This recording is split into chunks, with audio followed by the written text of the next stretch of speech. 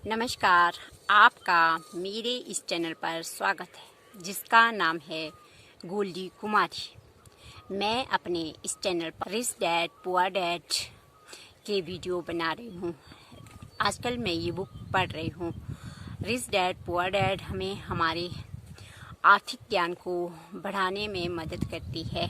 अगर इन आर्थिक साक्षरता को सीखना है तो इसके लिए आपको इस बुक को एक बार अवश्य पढ़ना चाहिए। पर अगर आपके पास वक्त नहीं है तो मैं अपने इस चैनल पर इसके सभी वीडियो विस्तार से डाल रही हूँ।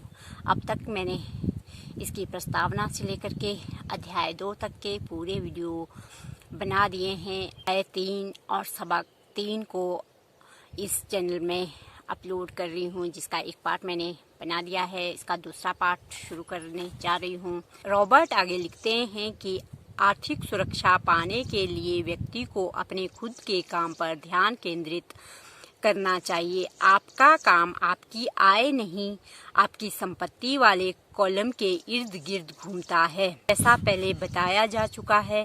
पहला नियम किसी संपत्ति और दायित्व के फर्क को जानना तथा संपत्तियां खरीदना है। अमीर लोग संपत्ति वाले कॉलम पर ध्यान केंद्रित करते हैं, जबकि बाकी सभी अपने इनकम स्टेटस पर ध्यान केंद्रित करते हैं। ये हम अक्सर इस तरह की बातें सुनते हैं, मुझे वेतन वृद्धि की जरूरत है, काश मुझे प्रमोशन मिल जाए, मैं थोड़ा और प्रशिक्षण लेने के लिए कॉलेज जा रहा हूँ ताकि मुझे ज़्यादा अच्छी नौकरी मिल सके, मैं ओवर टाइम करने वाला हूँ, शायद मुझे कोई दूसरी नौकरी कर लेनी चाहिए। कुछ मामलों में ये समझदारी भरे विचार हैं, लेकिन आप अब भी अपने खुद के काम पर ध्यान केंद्रित नहीं कर रहे हैं। ये विचार अब भी आय वाले कॉलम पर ध्यान केंद्रित करते हैं और किसी व्यक्ति को आर्थिक दृष्टि से ज्यादा सुरक्षित भी बनाएंगे।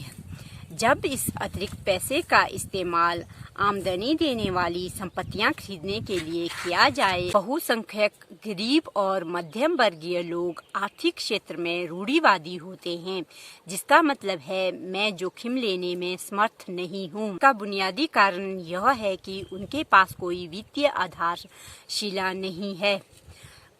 उन्हें अपनी नौकरियों से चिपके रहना है और खेल को सुरक्षित तरीके से खेलना है। जब छंटनी आम बात हुई तो करोड़ों कर्मचारियों को पता लगा कि उनकी सबसे बड़ी तथाकथित संपत्ति उनका मकान उन्हें जिंदा निगल रहा है। उनकी संपत्ति हर महीने उनके पैसे खा रही थी। उनकी कार यानी उनकी दूसरी संपत्ति भी उन्हें कच्चा चबा रही थी। गैराज में रखे $1000 के गोल्फ क्लब्स अब $1000 के नहीं रह गए थे। नौकरी की सुरक्षा के बिना अब उनके पास दूसरा कोई सहारा नहीं बचा था। उन्होंने जिन्हें संपत्ति माना था वे आर्थिक संकट के दौर में उनकी कोई मदद नहीं कर सकती थी। मैं मानता हूँ कि हम में से ज़्यादा लोगों ने किसी मकान या कार को खरीदते समय कर्ज का आवेदन फॉर्म भरा होगा। नेटवर्थ वाले खंड पर नज़र डालना हमेशा रोचक रहता है, क्योंकि इससे हमें यह पता चलता है कि बैंकिंग और अकाउंटिंग के क्षेत्रों में किन चीज़ों को संपत्तियां माना जाता है। एक बार मैं लोन लेना चाहता था, लेकिन उस वक्त मेरी आर्थिक स्थिति बहुत अच्छी नहीं दिख रही थी, इसलिए मैंने संपत्ति वाले कॉलम की संख्या बढ़ाने के लिए अपने नए गोल्फ क्लब्स, मेरी पेंटिंग पुस्तकें, इलेक्ट्रॉनिक्स, अरमानी के सूट, कलाई घड़ी, जूते और दीगर चीज़ें भी शामिल कर ली। मेरे लोन के आवेदन को इसलिए ठुकरा दिया गया क्योंकि रियल एस्टेट में मेरा बहुत ज़्यादा निवेश था। लोन मंजूर करने वाली संपत्ति को यह पसंद नहीं आया, किराए से इतना ज़्यादा पैसा कमाता था।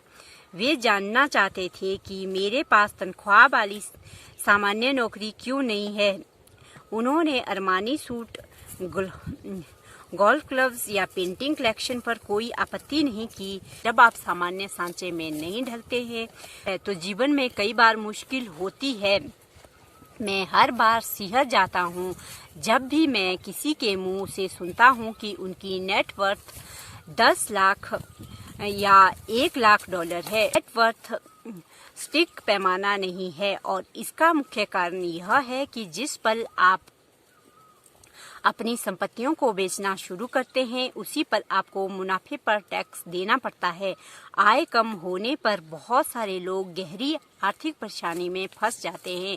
पैसे जुटाने के लिए वे अपनी संपत्तियां बेचते हैं, लेकिन उनकी व्यक्तिगत संपत्तियां आमतौर पर उनकी बैलेंस शीट में दर्ज राशि से बहुत कम में बिकती है। दूसरी ओर अगर संपत्तियां बेचने से मुनाफा हो जाए तो भी उस पर टैक्स लगता है, यानी एक बार सरकार अपना हिस्सा ले लेती है और कर्ज से बाहर निकलने के लिए जुटाई जाने वाली राशि को कम कर देती है।